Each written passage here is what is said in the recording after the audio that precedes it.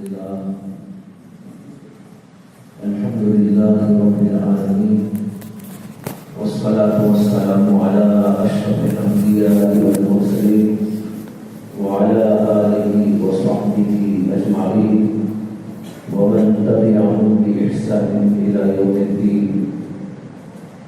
أما بعد فأعوذ بالله من الشيطان الرجيم.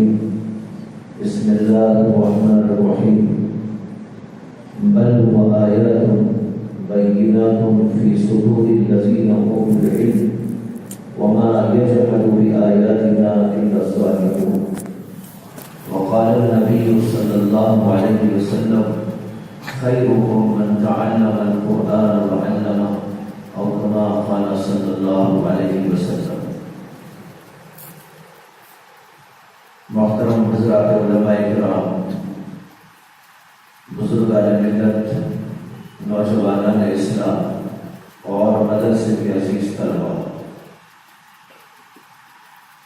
آج اس مدرسے میں سالانہ انعامی جلسہ ہو رہا ہے.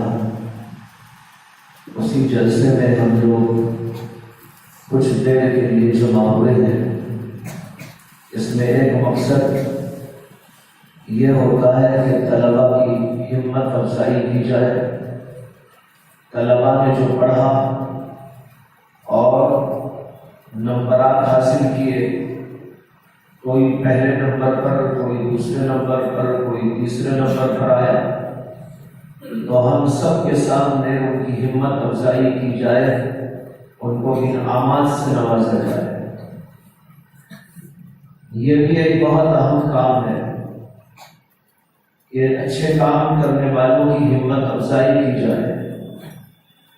اس لیے کہ اس ہمت افزائی کے نتیجے میں یہ ہوگا کہ جو بچے دینی تعلیم حاصل کر رہے ہیں ان کو اور زیادہ شوق اور زیادہ فکر و طلب پیدا ہوگا.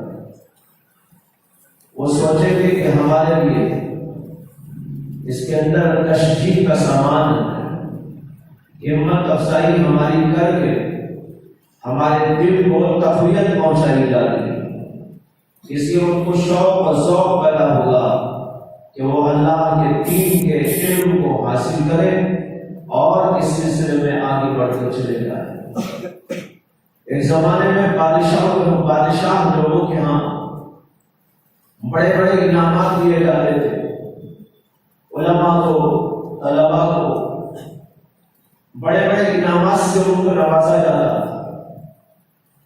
تاریخ کے اندر لکھا ہے کہ مامون الرشید سال میں ایک دفعہ بہت بڑا اجتماع کرتے تھے، جو ہارون الرشید کے صاحبزادے اور بعد کے بادشاہ، اور اس کے اندر علماء، طلباء، مختلف علوم اور فنون کے ماہرین، چاہے وہ دینی علم کے ماہرین ہوں یا دنیاوی علوم کے ماہرین، ان سب کو جمع کیا جاتا تھا اور ان سے خطابات کیے جاتے، خطابات سنے جاتے تھے، اور ان کے علم اور فن اور ان کے ہنر اور ان کی صنعت اور حفظت، ان ساری چیزوں کے بارے میں مذاکرے کیے جاتے تھے. اور پھر اس کے بعد ان کو بڑے بڑے انعامات سے نوازا جاتا تھا. اور یہ مسلسل ہر سال ہوتا رہتا تھا. اس لیے لوگ بہت زیادہ علوم و فنون میں مہارت حاصل کرتے تھے تاکہ بادشاہ کے دربار میں جب پیش کریں تو ہم بہت ہی مہارت کے ساتھ ان چیزوں کو پیش کریں اور بڑے بڑے انعامات پائیں. یہی مامون الرشید جس کا بھی میں نے ذکر کیا، اس کے واقعات میں لکھا ہے کہ انہی کے زمانے کے ایک بہت بڑے عالم جن کا نام تھا حضرت نضر بن شمعہ. نضر بن شمعہ بہت بڑے عالم تھے، بہت بڑے فاضل تھے، بڑے عظیم محدث تھے اپنے زمانے کے. وہ رہنے والے تھے کسی اور دوسرے علاقے کے. بعد میں آ کر انہوں نے بودباش اختیار کر لی بغداد میں، اور بغداد مامون الرشید کا پائے تخت تھا. لہذا کبھی کبھی بادشاہ کے دربار میں مل جاتے تھے اور بادشاہ سے مذاکرے ہوتے. بادشاہ کی ان کی بڑی تعظیم و تکریم کرتا تھا. ایک دفعہ وہ تشریف لے گئے اور کچھ بات چیت چل رہی تھی. بات چیت کے دوران میں بادشاہ نے ایک حدیث سنائی کہ مجھے یہ حدیث فلانے اور ان کو فلانے اور ان کو فلانے اور ان کو رسول اللہ صلی اللہ علیہ وسلم نے بتائی. اور پھر اس کے بعد انہوں نے حدیث پڑھی. لیکن جب حدیث پڑھی تو حدیث پڑھنے میں ایک جگہ پر چھوٹی سی غلطی ہو گئی. غلطی ہو گئی کہ لفظ آیا تھا سداد سین پر زبر کے ساتھ اور بادشاہ نے اس کو پڑھ لیا سین کے زیر کے ساتھ سیداد. حالانکہ حدیث میں لفظ آیا سداد، پڑھنے والے یعنی مامون الرشید نے اس کو پڑھ دیا سیداد. تو نصر بن شمعیل بہت بڑے عالم تھے، بہت بڑے محدث تھے، اس لیے انہوں نے کہا کہ حضور یہاں پر لفظ سداد نہیں ہے، یہ لفظ سداد ہے. تو بادشاہ کو ایک دم غصہ آ گیا. بعض لوگوں کو ان کی غلطی پر ٹوکے تو بڑا غصہ آ جاتا ہے، وہ اپنی غلطی ماننے کے بجائے غصے پہ آ جاتے ہیں. حالانکہ یہ بڑی بری بات ہے کہ آدمی کو اس کی غلطی بتائی جائے تو شکر گزار ہونا چاہیے. یہ تو ایسا ہے جیسے ایک آدمی مثال کے طور پر بیٹھا ہوا تھا اور اس کے کپڑے کے اوپر گندگی لگ گئی. اگر کسی نے بتایا کہ جناب آپ کے کپڑے کے اوپر دیکھیے گندگی لگ گئی تو خوشی کے ساتھ اس کی بات کو قبول کر کے لے جا کے اپنے کپڑے کو دھو کے آتا ہے. یہ نہیں کہتا ہے کیا میرے کپڑے کیوں بول رہے ہیں آپ. اگر وہاں غصہ ہونے لگے تو جیسے کہ بے محل غصہ، غلط غصہ. اسی طرح کوئی شخص بھی ہماری کسی غلطی پر روکے ٹوکے اور کہے کہ آپ نے یہ بات غلط کی ہے، آپ نے یہ لفظ غلط پڑھا ہے، آپ نے یہ کام غلط کیا ہے، آپ نے جو نماز پڑھی اس کے اندر سنت میں یہ خامی آ گئی ہے، آپ نے نماز کو ٹھیک طور پر ادا نہیں کیا، آپ نے ہاتھ ٹھیک نہیں باندھے، آپ نے سجدہ ٹھیک نہیں کیا. اگر کوئی ہم کو یہ بتائے تو ہمیں تو خوش ہونا چاہیے کہ بھائی بہت اچھا ہوا کہ انہوں نے بتا دیا، اب میں اپنی نماز کو ٹھیک کر لوں گا، اپنے علم کو ٹھیک کر لوں گا، اپنی زبان کو ٹھیک کر لوں گا اور اپنی غلطی کی اصلاح کر لوں. لیکن بہت سارے لوگوں میں یہ مزاج ہے کہ وہ غلطی پر ٹوکتے ہیں تو اس کے اوپر بہت ہی جو ہے دل برداشتہ ہو جاتے اور پھر غصے میں آ جاتے ہیں. یہ بات نہیں ہونا چاہیے. بادشاہ کو بھی غصہ آ گیا. 12 لوگوں کا بادشاہ تھا، لیکن اب جو لوگ غصہ کرتے ہیں یہ تو عجیب حصہ. وہاں بتانے والے ایک عام رعایا کے فرد تھے اور جس کو بتایا گیا تھا وہ بادشاہ وقت تھا. لیکن یہاں پر ایسا ہوتا ہے کہ بہت بڑا عالم ہے وہ بتانے جا رہا ہے اور ایک معمولی سا آدمی ہے اس کو بتایا جا رہا ہے، لیکن وہ معمولی سا آدمی عالم کے اوپر غصہ کرنے لگتا ہے. یہ تو الٹی پلٹی ہو گئی. وہاں بادشاہ کو غصہ آیا اور یہاں پر ایک عام آدمی کو غصہ آ جاتا ہے. اس قدر بری بات ہے یہ. بادشاہ کو بھی غصہ نہیں ہونا چاہیے، وہاں بھی اس کو حق بات کو قبول کرنا چاہیے. حق جہاں سے بھی آئے وہ بچہ اگر بولے تو قبول کرو، بڑا بولے تو قبول کرو، بوڑھا بولے تو قبول کرو، عورت کہے تو قبول کرو، غیر بولے تب بھی قبول کرو. کہیں سے بھی بات آئے، حق کی بات آئے، حق کی صلاح آئے تو اس کو قبول کر لینا یہ مومن کی شان ہوا ہے. بادشاہ کو غصہ آ گیا. اس نے کہا کہ آپ بادشاہ کی غلطی نکالتے، یہ آپ کا کام ہے کہ آپ بادشاہ کی غلطی نکالتے ہیں.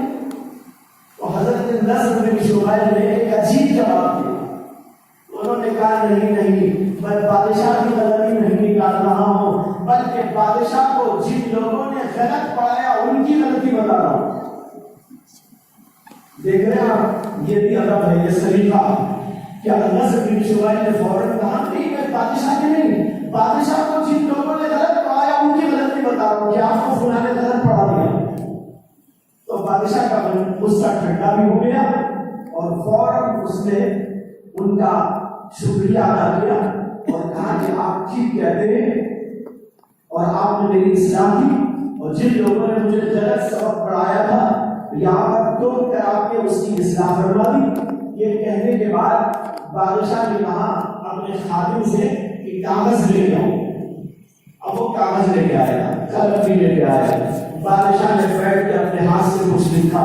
لکھنے کے بعد اس خط کو موڑا اور اس کے اوپر مہر لگائی, اور مہر لگانے کے بعد حضرت نضر بن شمعیل کو وہ خط دے دیا اور دے کے کہا یہ آپ لے جائیے اور ہمارے خزانچی کو دے دیجیے. اب بیچارے پریشان کہ وہ خط میں کیا لکھا ہوگا, کہیں ایسا تو نہیں کہ قتل کا حکم لکھ دیا ہو یا کوڑے لگانے کے لیے سزا لکھ دی ہو. اس لیے کبھی وہ غصہ ہو رہا تھا بادشاہ, اب تو سمجھ تو گیا ہے, لیکن ہو سکتا ہے کہ غصے میں آ کر یہ لکھ دیا ہو کہ جو ہے اس کو قتل کر دو یا اس کو کس سزا دے دو یا لے جا کے اس کو جیل خانے میں ڈال دو. پتہ نہیں خط میں کیا لکھا ہوا ہے. بیچارے ڈر ڈر کے وہ خط کو لے کر خزانچی کے پاس میں پہنچے اور جا کر اس کو دیا, اور اس نے لے کر جو ہے خط کھولا. خط کھول کر پڑھنے لگا. پڑھتے پڑھتے جو ہے اس کے چہرے پر مسکراہٹ تاری ہونے لگی. نضر بن شمعیل کھڑے ہوئے دیکھ رہے تھے کہ وہ خط پڑھ رہا ہے اور اس کے چہرے کے اوپر مسکراہٹ ہے, تبسم کے آثار ہیں. انہوں نے سوچا کہ بھائی پتہ نہیں کیا لکھا ہوا ہے, کیا اس کے اندر آرڈر دیا گیا ہے, پتہ نہیں ہے کچھ بھی. اس کے بعد اس نے کہا بڑے ادب کے ساتھ آپ یہاں پر تشریف رکھیے. تو وہ بیٹھ گئے. ہم بھی پتہ نہیں کہ کیا ہونے والا ہے, گردن کٹنے والی ہے یا کہ سزا جو ہے کوئی کوڑے وڑے کی کرنے والی ہے یا جیل خانے میں جانے کا نمبر آئے گا, پتہ نہیں کچھ. بیچارے بیٹھ گئے. اس کے بعد وہ اندر گیا, جا کر وہاں سے جو ہے 1000 دینار 1000 اشرفیوں کی تھیلی لے کے آیا. 1000 اشرفیوں کی تھیلی. 1000 اشرفیوں کو اگر آج آپ یہ ہمارے پیسوں سے اس کو تبدیل کر کے دیکھیں تو میرا خیال ہے کہ کئی لاکھ روپے ہو جائے. تو 1000 اشرفیوں کی تھیلی لے کے آیا اور کہا کہ بادشاہ نے لکھا ہے کہ آپ کو یہ ہدیہ دیا جائے, یہ لیجیے آپ کا ہدیہ. اب بیچاروں کو ذرا دم میں دم آیا. اب تک تو پریشان کہ پتہ نہیں کیا ہونے والا ہے. اب سمجھ میں آیا کہ بادشاہ نے ان کے لیے تحفہ لکھا تھا, وہ تحفہ دینے کے لیے یہاں پر بھیجا گیا تھا. انہوں نے 1000 روپے 1000 اشرفیوں کی تھیلی لے لی اور چلنے لگے. تو اس نے کہا کہ نہیں ابھی تھوڑی دیر بیٹھی, ابھی آ. اب پھر ان کو خدشہ پیدا ہو گیا, پتہ نہیں اب کیا ہونے والا ہے. 1000 کی تھیلی دے دی لیکن اب پتہ نہیں گلا کٹ جائے تو. اب وہ پھر اندر گیا, اندر جا کے پھر آیا اور 500 اشرفیوں کی تھیلی لے کے آیا اور آ کر کہنے لگا یہ بادشاہ نے آپ کو دیا تھا, یہ میں اپنی طرف سے آپ کو دے رہا ہوں, یہ دے دیا. اس کے بعد کہنے لگا اچھا مجھے بتائیے کہ بادشاہ نے آپ کو اتنا بڑا جو ہدیہ دیا یہ کس بنیاد پہ دیا. تو انہوں نے قصہ سنایا کہ ایسا ایسا واقعہ ہوا تھا, بادشاہ نے یہ لفظ غلط پڑھ دیا تھا, میں نے اس کی اصلاح کر دی تھی, اس کے اوپر بادشاہ خوش ہو کر مجھ کو یہ ہدیہ دے رہا ہے. آئیو اس سے معلوم ہوتا ہے کہ اس زمانے میں بادشاہوں کے دل پر علم کا کیسے اچھا سا اچھا اثر, وہ علماء کی کتنی قدر کرتے اور کبھی ان کو غلط بات کی اصلاح کر کے بتائی جائے تو اس کے اوپر وہ ہدیہ دے دیتے. اب یہ لفظ صداق پڑھو تو معنی غلط ہو جائے, صداق پڑھو تو معنی صحیح ہو جائے. اس جگہ پر حالانکہ عربی میں صداق بھی لفظ آتا ہے جیسے صداق لفظ آتا ہے, لیکن معنی دونوں کے الگ الگ ہیں. اس لیے نضر بن شمعیل نے اس جگہ پر ان کو بتایا کہ یہاں یہ لفظ نہیں ہے, یہ لفظ ہے. بادشاہ کو سمجھ میں آ گیا, اس کے اوپر اتنا بڑا ہدیہ پیش کر دیا. اس کو کہتے ہیں ہمت افزائی. میں یہ کہہ رہا تھا پہلے زمانے میں یہ ہوا کرتا تھا علماء کے ساتھ, طلباء کے ساتھ, دینی خدام کے ساتھ اور علوم و فنون کے ماہرین کے ساتھ. شاعروں کا تو اس زمانے میں بڑا چرچا ہوتا تھا. شاعر لوگ بادشاہوں کے دربار میں جاتے تھے اور اشعار پڑھتے تھے, قصائد پڑھتے تھے. بادشاہ ان کے اشعار کے اوپر خوش ہو کر ان کو ہدیوں سے نوازتے تھے, بڑے بڑے ہدیے پیش کیے جاتے تھے. اس لیے اس زمانے میں شعراء مستقل اس کو پیشہ بنائے ہوئے تھے, شاعری کرتے تھے اور فن شاعری کے اندر مہارت پیدا کرتے تھے. اور بادشاہوں کے دربار میں جب مشاعروں کی مجلس ہوا کرتی تھی وہاں پر حاضر ہوتے اور اپنے اشعار سناتے اور ان کو بہت بڑے بڑے ہدیے دیے جاتے۔ اس پر ایک قصہ ایک لطیفہ یاد آ گیا۔ لطیفہ یہ ہے کہ ایک نوجوان جوان ہونے کے باوجود کام دھام کچھ نہ کرتا تھا اور اپنے گھر میں پڑا رہتا۔ اس کی ماں بیوہ تھی۔ ماں اس سے روزانہ کہتی تھی کہ جا اور کچھ کما کر لے گیا، لیکن وہ کمانے کے لیے جاتا ہی نہیں تھا۔ اب اسے بار بار ٹوکتی ہے، بار بار کہتی ہے کہ جاؤ کما کے لاؤ، جاؤ کما کے لاؤ، لیکن وہ بیچارہ نہ کمانے کا نہ دھمانے کا، گھر میں پڑا رہتا نہ سوتا رہتا۔ حالانکہ اسلام کے اندر یہ بہت ہی نقصان کی بات ہے، اسلامی نقطہ نظر سے بڑے عیب کی بات ہے کہ کوئی آدمی کام دھام نہ کرے، دنیا کا کام کرنے والا دنیا کے کام کے لیے نکلے، حلال کمائی کو تلاش کرے، حلال کمائی کی فکر کرے، اس کے لیے جستجو کر کے لے کے آئے۔